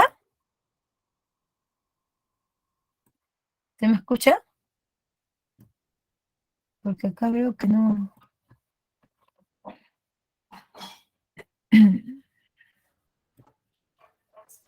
A ver, ahora sí, ya.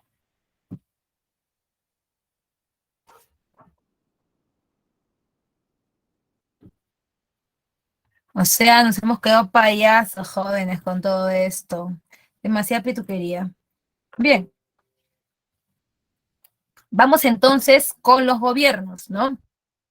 Eduardo López Romaña, oye, yo me quedé payasa cuando fui a los López Romaña, manjas, las mandarinas son naranjas guando, ya, eso de guando existe, es una hacienda donde la familia López Romaña fue la primera que trajo los injertos de esa, de esa variedad de fruta al Perú. ¿Qué traía de novedad? Que no tenía pepa. ¿Y por qué es tan novedoso? porque se supone que la pepa es la semilla, pues, ¿no es cierto? De ahí salió, pero pues no tenía pepa, pues. ¿Mm? Entonces, ya pues, los Wando vinieron con todo, tenían un jatazo, yo he ido, porque estaban buscando locación para una película, entonces yo fui para ver lo de la locación, y invitada obviamente, y yo nunca pensé entrar a una hacienda de esas magnitudes. La primera parte como que de la pista, de la carretera hacia la casa principal, serán pues como unos 1000 metros de puro jardín, así enorme, enorme, enorme, enorme. Y después venía la casa principal. La casa principal era todo San Marcos juntos. Así era la casa. Atrás había otra casa, imagínate la dimensión, con 2 piscinas, una delantera, una trasera, con caballos y la casa que estaba ahí de los invitados. O sea, esta era la casa chiquita. La grande estaba adelante. Al costado de la casa grande había una capilla, y esa capilla era solamente para la familia de López Romaña cuando iban los domingos a misa, se casaban, se bautizaban, o la Navidad, ¿no? Debajo tenían sus propias catacumbas, o sea, ellos no se enterraban en los cementerios normales, ¿ya? Al costado tenía su propio ferrocarril que llevaba el azúcar, el arroz, el algodón, las naranjas hacia el puerto. Para atrás, su, sus máquinas desmotadoras de algodón. O sea, la máquina que saca la pepita y el palito del algodón y le deja en la pura espumita. La máquina empacadora de algodón para sacar las pacas también y llevarlas en su propio ferrocarril hasta el muelle. Y además, su propia fábrica de aceite de pepita de algodón. Sí, le sacaban las pepitas al algodón y hacían productos faciales de belleza, cosméticos. Alucina. Yo me quedé así como, ¡ah! Me quedé payasa, joven. Dije, ¿qué es esto? Pintamos toda la casa sin dejar caer una sola gota de pintura cuando en eso, ¿qué es eso? Dije, sí. No lo podía creer. Yo dije, ¿qué hago con este chino acá? Director de cine, y dice, ay, no, no, pero debo ser con un Lope de la Romaña. Después me di cuenta, ay, pero es una república aristocrática. O sea, yo no llego ni a Cuña, no pasa nada. Dije, ya, pues, así. Eso es república aristocrática, ¿ok? Esos son los López de Romaña. Firman el Tratado de Osma Villazón con Bolivia. Y se impone la libra peruana de oro. ¿Ya? El Tratado de Osma Villazón con Bolivia es el tratado que nos limita el territorio con Bolivia, ¿no? O sea, porque vamos a ver que Bolivia todavía tenía salidas inconclusas por el tema de la guerra contra Chile con nosotros, ¿no? Y por supuesto se impone la libra peruana de oro. Ojo, la libra peruana de oro ya se había propuesto en el gobierno de Pierola, segundo gobierno, pero ahora se impondría como patrón monetario. Y, por supuesto, se crea el código de minería y código de aguas. Profesora, ¿por qué estos dos? Es obvio, porque mira, ¿te acuerdas que acá predomina la economía agro-minero exportadora? Y te dije, agro para la costa, minero para la Sierra Central. Acá también, pues mira, los mineros tienen su código de minería y los agrícolas tienen su código de aguas. ¿Eso qué quiere decir? Quiere decir que se les generan condiciones favorables a ellos, a la oligarquía, a la república aristocrática. A esa gente con plata se les generan condiciones como crearles oficinas del Estado que les vean directamente sus problemas. En el caso de aguas, por ejemplo, como tú sabes que la costa norte es un sitio donde no es un desierto, pero sí hace falta mucha irrigación, sobre todo para poder producir frutas o sobre todo las frutas sacan mucha agua, la caña de azúcar también. Entonces, si es una zona donde hay poca agua, eso va a dificultar la producción. Entonces, muchas veces los canales de irrigación, los pequeños ríos pasan por las comunidades. que están alrededor. Entonces, el Estado, ¿qué hizo? Con el Código de Aguas, se desviaba el agua directamente, ya no hacia la comunidad, sino hacia las haciendas grandes. Y obviamente, como él, el Candamo, disculpa, el López Romañel, el presidente, pues eso era más fácil de hacer. Y luego está Manuel Candamo. O sea, ¿sabes quiénes son los Candamo? O sea, los Candamo. Los Candamos son dueños, si tú vives el lindo distrito de Pueblo Libre, pues entérate que los Candamos eran los dueños prácticamente de Pueblo Libre. Era una hacienda, ¿no? Hacienda Orbea, de propiedad de los Candamos. Actualmente todavía existe, ¿no? La Casa Orbea, ¿ya? Que es de propiedad de la familia Candamo. Por ejemplo, el Queirolo es de los Candamo. La antigua iglesia de la Magdalena Vieja es de los Candamo. Existe un parque Candamo que también le pertenecía a su casa. Existe una avenida con ese nombre que también le pertenecía a toda su propiedad, ¿no? Poco a poco lo fueron vendiendo, pero en realidad todavía tienen mucha injerencia. Ellos construyen el tranvía Lima Chorrillos y se promulga la ley de ferrocarriles. En actividades económicas, ay, disculpa. Después llega el primer gobierno de José Pardo y Barreda, ¿ya? De 1904 a 1908. Lo primero que tienes que entender de los Pardo, y por eso te lo he puesto ahí con el resaltador, bueno, podría trabajar más con el resaltador y el lapicero, pero como tú dices que quieres pantalla completa, pues un poquito que lo fui arreglando, ¿no? Entonces, en este caso,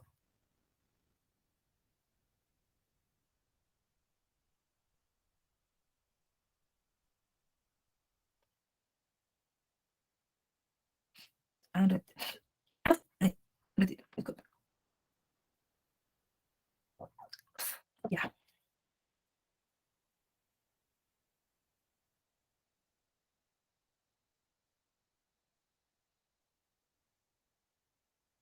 En este caso, siempre que ves ese apellido Pardo, no importa en qué periodo lo veas, lo importante es que los Pardos siempre apuntan hacia el desarrollo de la educación. Para ellos eso es la modernidad.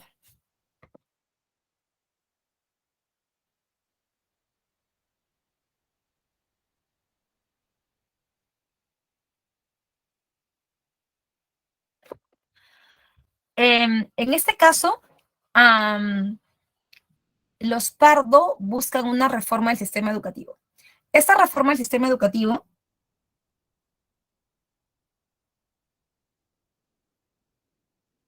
incluye la primaria gratuita obligatoria y la reglamentación del acceso femenino a las universidades, además de la educación nocturna para los obreros. En el caso de la educación o la reglamentación de acceso femenino de las mujeres a la universidad, no necesariamente es para que ellas se conviertan en profesionales, sino sobre todo para que estas mujeres se ilustren, o sea, para que sean mujeres con conocimiento, exquisitas, porque para esta época lo importante es que la mujer sea un adorno, un complemento del hombre, y además estamos hablando solamente de mujeres de la República Aristocrática, o sea, no estamos hablando de mujeres así de cualquier espacio, ¿no? Estas mujeres deberían tener conocimientos más valorados sobre política, economía, etcétera, ¿no? Que es muy importante para ellos.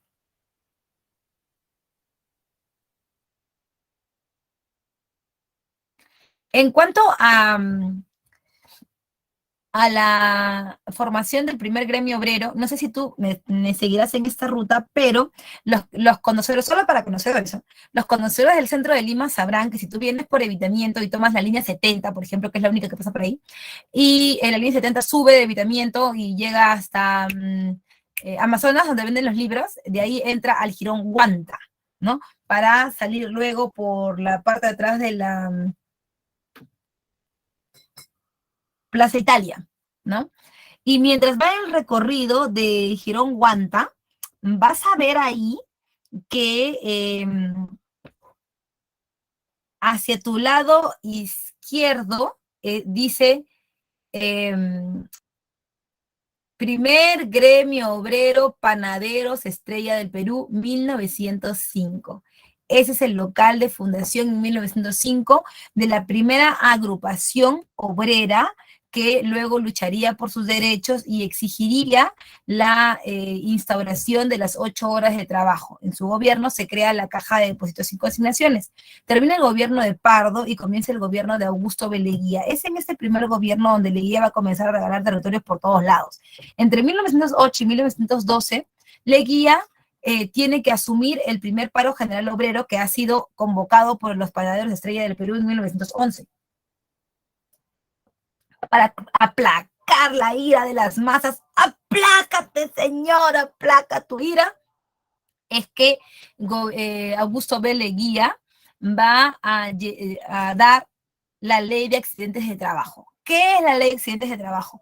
Es una ley que faculta y favorece al trabajador, porque digamos que obliga al empleador a hacerse cargo de los gastos económicos que genere alguna lesión o algún impedimento físico de su trabajador después de haber sido sometido a su trabajo en la fábrica que le pertenece, o que haya quedado mal después o como consecuencia del trabajo en esta. O sea, puede haber sido que en la misma empresa se haya lesionado, o fuera de ella, pero como consecuencia del trabajo en esta empresa, el empleador debería hacerse cargo de los gastos médicos. También se firma el Tratado Polo Sánchez Bustamante, que cede territorios de Bolivia en la zona del Acre. O sea, esta zona que era nuestra se la vamos a ceder a Bolivia, como ahora está estipulado en las fronteras del Perú. Y también el Tratado Velar de Río Branco, que le pone fin al avance de Brasil en la Amazonía. Profe, ¿cómo es esto? Porque tú recuerdas que Brasil, ¿no es cierto?, tenía un territorio mucho más pequeño, ¿no? Un territorio mucho más pequeño a ese lado, y le cedemos esta zona a ellos, ¿no? Por otro lado, también se crea la Asociación Proindígena Pedro Zulem. No es coincidencia que la universidad tenga su biblioteca central con este nombre. Pedro Zulem era el que reclutaba, digamos, todos los problemas, las peticiones de los indígenas en el gobierno de Augusto B. Leguía, y que después se va a crear inclusive la Oficina de Asuntos Indígenas. ¿Para qué? Para ver cuál era la problemática de ellos, ya que ellos siempre habían sido los juzgados por la República Aristocrática, porque los habían tratado de llanaconas, porque los habían tratado de mano de obra gratis.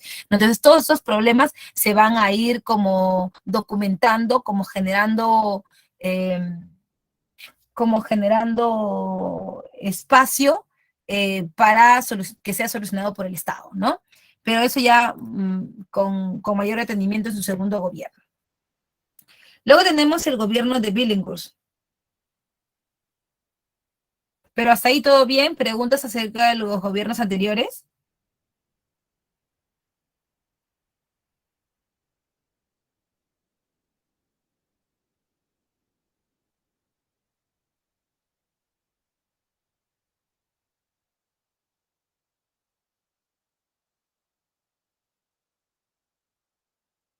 Todo claro, profesora. Ok,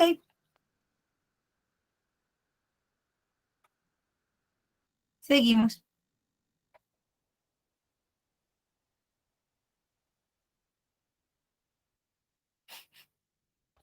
El gobierno de Billinghurst del 12 al 14 es un gobierno que la oligarquía y los aristócratas no se esperaban, ¿no? No se esperaban.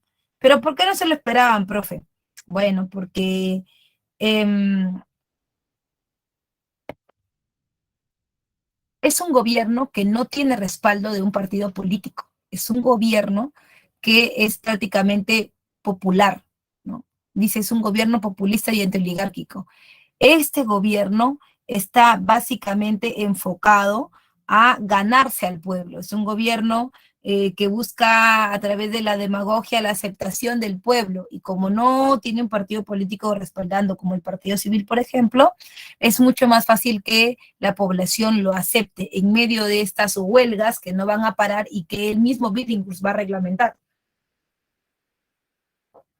estableciendo la jornada de 8 horas de trabajo para los obreros del muelle y dársena del Callao.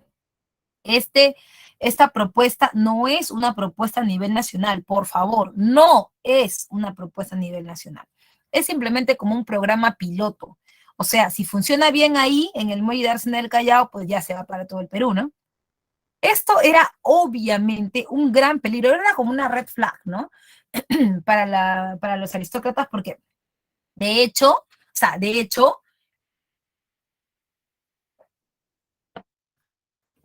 los aristócratas consideraban que muy posiblemente la gente del pueblo se pueda poner en contra de ellos y que ya no puedan volver al gobierno. Así que había que cortarlo de una vez y por todas. Como tú sabes, la constitución de este momento, que es la del 60, decía que el tiempo de gobierno eran 4 años. Eran 4 años, pero mira bien cómo está ahí. Ahí solamente dice 2 años, ¿no es cierto? ¿Por qué? Porque los oligarcas no van a aguantar más. O sea, aló, hay que sacar este pata del gobierno que es un peligro. Pero ellos, obviamente, como tú ya lo sabes, nunca meten la mano en esas cosas, ¿no? Para ellos es como que, no, nadie tiene que vernos que nosotros estamos desesperados, hambrientos por el poder. Y es por eso que lo que hacen es nuevamente mandar a alguien para que cumpla con esa tarea. Ya no sería Pierola, pero ahora sería, de parte del espacio militar, sería Oscar Raimundo Benavides. Entre el año 14 y el año 15 le daría un golpe de estado en el 14 a Billinghurst para calmar las aguas, para evitar que siga avanzando, y en el año 15 llamaría elecciones. Es obvio que cuando iba a llamar elecciones, aparte de que solamente los alfabetos pueden llegar a pueden elegirse, era obvio que iban a hacer todo lo posible para que ganara un oligarca, porque las cosas se iban a salir de las manos si no era así. Ya la gente se estaba acostumbrando a los gobiernos populares y se daba cuenta que habían cosas que se podían arreglar y que no eran tan difíciles ni tan de la estratosfera como decían los oligarcas, como por ejemplo el precio del pan, que los oligarcas siempre habían dicho, no, que subía la harina, que no sé cuánto, que por aquí, que por allá, pero en realidad, popularmente, Billinghurst y su gobierno se llama así, el gobierno del pan grande, porque le entregaba popularmente a la gente un pan de gran tamaño y a bajo costo que le permitió ganarse la simpatía de una parte de la población. Entonces, ahora el gobierno de Óscar R. Benavides derroca a Billinghurst en defensa de los intereses oligárquicos y estalla la Primera Guerra Mundial. Todos sabemos que cuando estallan las guerras mundiales o internacionales en el mundo, al Perú le va muy bien. Ahora nomás que se dice, no, que estamos mal porque hay guerra en Ucrania con Rusia. Al contrario, tú revisas los gobiernos, por ejemplo, el gobierno de Odría, cuando está la guerra entre las Coreas, suben las exportaciones. El gobierno de Pardo en la Primera Guerra Mundial, el gobierno de Prado en la Segunda Guerra Mundial, todos los gobiernos que han afrontado, o sea, que han estado en paralelo con una guerra internacional, al Perú le va bien. ¿Por qué? Porque exportamos materias primas, sobre todo cobre, que su precio en el mercado internacional ha subido como la espuma. Lo único que sí hay que tener en cuenta es la administración, ¿no? Es que sea una administración eficiente en estos temas para poder sacar un poco de agua para nuestro molino. El Perú nunca le ha ido mal en las guerras mundiales, le va mal después de las guerras mundiales, porque el Perú se acostumbra a exportar un montón y a vender, se gasta el plata y después no tiene con qué recuperar. Eso también hay que notarlo, ¿no?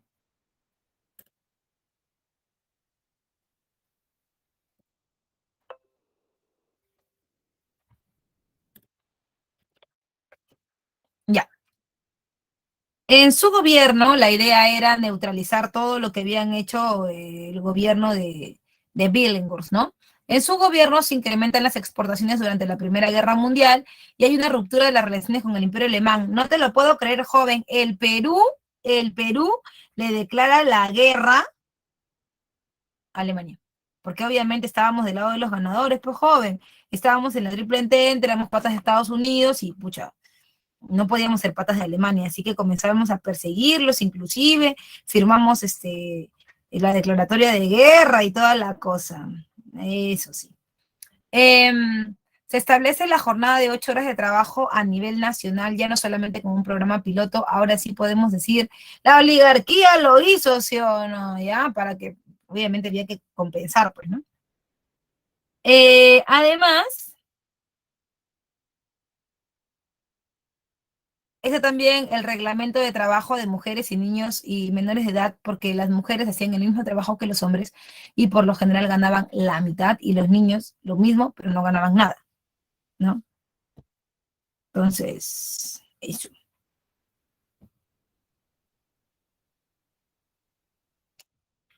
También está en este mismo gobierno el levantamiento de Rumimaki, Teodomiro Gutiérrez Cuevas Rumimaki. ¿Quién es este personaje y por qué aparece? Muy sencillo. Teodomiro Gutiérrez Cuevas aparece como parte de la solución a un problema. ¿Cuál es este problema? Tú sabrás, pues, que en el gobierno de la República de los aristócratas, o sea, si Pardo está de presidente, todos sus patas también están metidos en la jugada, pues, ¿no? Porque ahora que tu pata está ahí, ya eres prácticamente intocable, tienes apoyo, ¿no? Del Estado, y sus patas son los llamados latifundistas, los que tienen más de una hacienda en diferentes lugares de manera discontinua. Pero se dieron cuenta que el negocio estaba ahora, ¿dónde? El negocio estaba en la venta de lana. ¿Pero dónde había lana? En la Sierra Sur, que prácticamente haciendas por allá ellos no tenían. ¿Qué cosa? ¿Quién estaba en esos territorios donde había lana? Las comunidades indígenas. Ellos estaban ahí.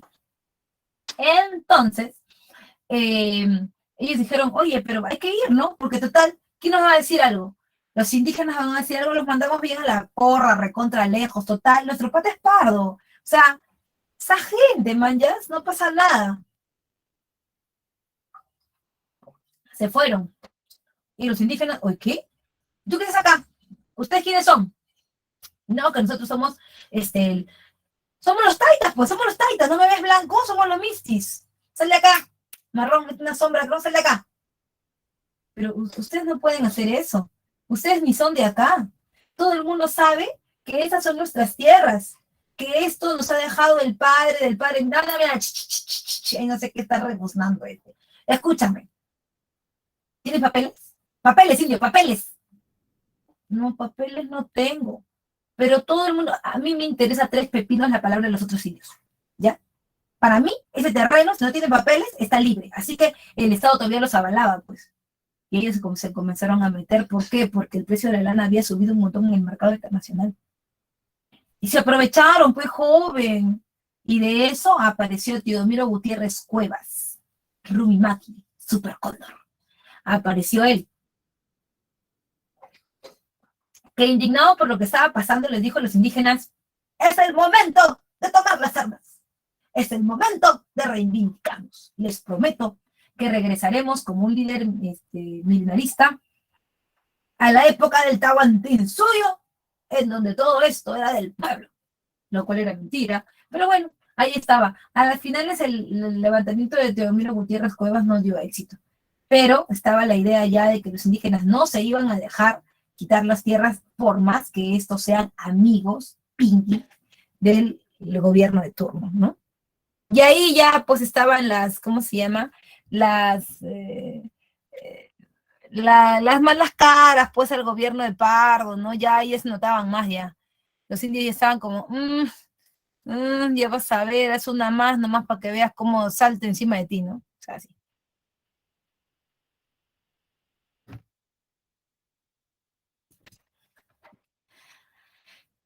Termina el gobierno de Pardo y llega el oncenio de Leguía. El oncenio de Leguía es el régimen civil y autoritario cuyo objetivo era modernizar el Estado con apoyo del capital norteamericano. Obviamente, en los años 20, Estados Unidos es el papi de la economía mundial. ¿O no te acuerdas que eran los locos años 20, donde Estados Unidos prácticamente sostenía la economía de Europa de Occidente?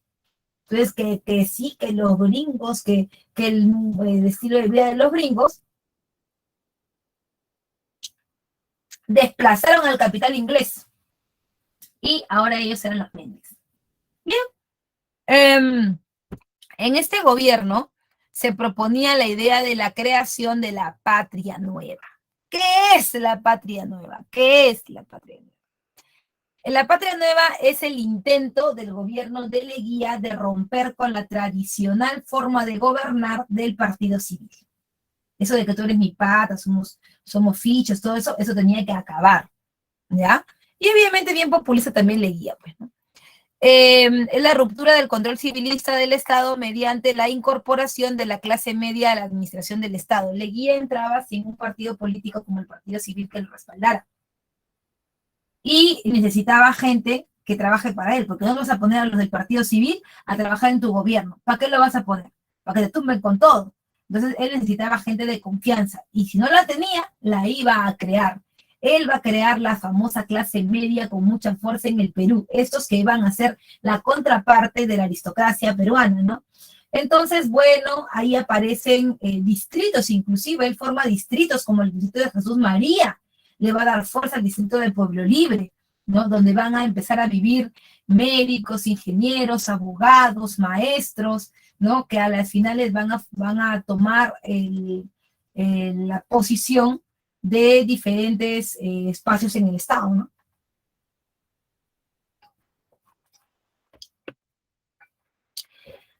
¿Cuáles son las características del oncenio? Uno, el desplazamiento del capital inglés y el ingreso masivo del capital norteamericano. Ya tú sabes. A Leguía le interesaba muchísimo el ingreso del capital norteamericano porque eso también implicaba la modernización del Perú. Es decir, que los gringos entraran con sus fábricas y bueno, nosotros nos regalaríamos en bandeja, pues no había otra tampoco para él, ¿no? Si él quería hacer eso, era eso o también eh, podría ser sin temor a equivocarnos, pedir préstamos para que nosotros podamos hacer eso que los gringos hacían, pero los gringos tenían la tecnología, pues.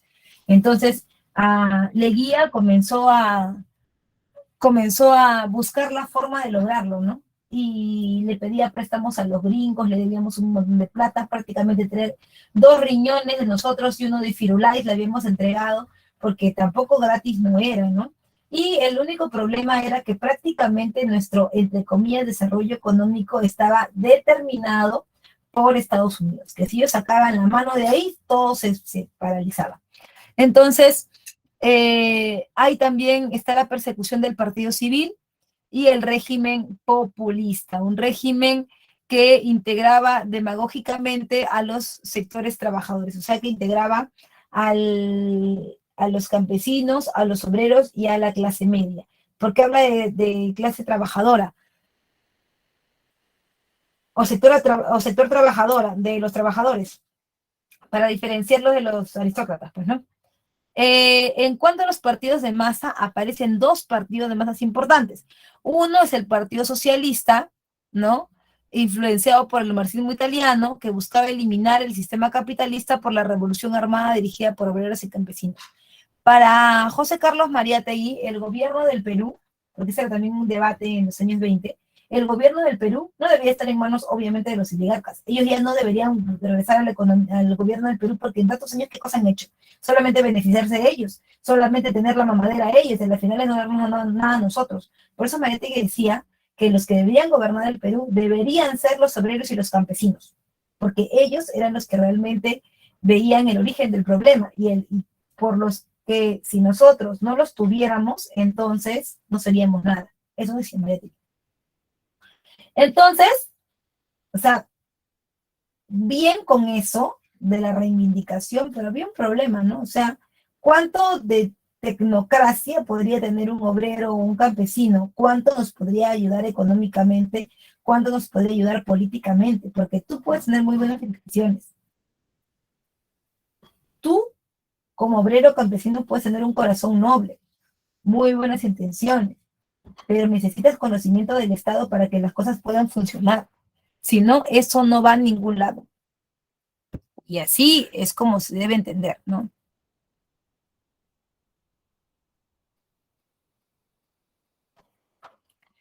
En cuanto al APRA, el APRA estuvo influenciada por la Revolución Mexicana del año 17 y se crea con esto un Estado antiimperialista y antioligárquico, ¿no? ¿Qué propone? Una reforma agraria, nacionalización de las empresas, pero sobre todo propone un tipo de gobierno diferente al socialista. ¿Qué dicen los apristas? Quienes deben gobernar son las clases medias, nosotros, los profesionales, los maestros, los ingenieros, los abogados, los médicos, que saben no solamente de producción del sector, sino también están metidos dentro y tienen conocimientos con los cuales puedan ayudar al país. Para él, lo mejor era un gobierno, un grupo dirigente de la clase media. En cuanto a política, el autogolpe del año 19 marcó el preámbulo de todo y bueno, el contexto de todo lo que hemos hablado y también el cambio de la constitución, porque para que él pueda hacer todos estos grandes cambios que quería, para poder perpetuarse también en el poder, tenía que hacer un cambio de constitución. No lo digo yo, lo dice la historia, porque no solamente le ha pasado con Leguía, también ha pasado con Fujimori. Lo mismo, sino autogolpe y constitución para tener más de la cantidad de años que se aceptada en el gobierno, ¿no? En lo económico y empresas e inversiones norteamericanas, casi todo es plata gringa. Por eso cuando los gringos se fueron, también caímos nosotros. Y se firma el Acuerdo de París con la International Petroleum Company. Pregunta, ¿qué es el Acuerdo de París? Es el documento por el cual el Perú le entregaba a la IPC todas las facilidades y beneficios para que ellos pudieran explotar la zona de la Brea y Pariñas. De esta manera, ¿no? De esta manera, el Perú prácticamente se ponía en bandeja, ¿no? La cosa era que los gringos se mantuvieran acá con su tecnología, se mantuvieran acá con su modernidad y el Perú le daría las facilidades que ellos necesitaban.